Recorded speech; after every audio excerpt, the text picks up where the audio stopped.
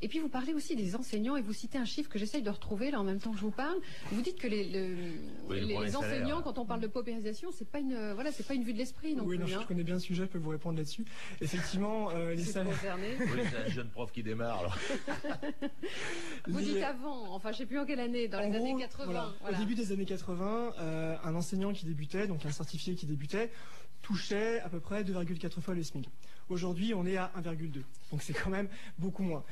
Tout simplement parce que les salaires des enseignants, mais c'est le cas aussi de la plupart des fonctionnaires, ne sont plus indexés sur la hausse du coût de la vie, sur l'inflation. Ça s'explique parce que l'État a moins de revenus à distribuer, donc l'État a besoin de faire un certain nombre d'économies, et il le fait aussi sur le dos des fonctionnaires. Donc tout simplement, la fonction publique, qui a souvent été aussi un choix de vie, c'est-à-dire on va accepter des salaires qui sont un petit peu moins élevés en échange d'une garantie d'emploi à vie, mais quand même des salaires qui nous permettent de vivre convenablement. Aujourd'hui, ça pose un véritable problème parce que les termes du contrat, les termes de l'échange ont été considérablement renouvelés. Et il y a sans doute une des sources du mécontentement des profs, au-delà de la baisse des effectifs, se situe là-dessus. C'est la baisse du pouvoir d'achat considérable.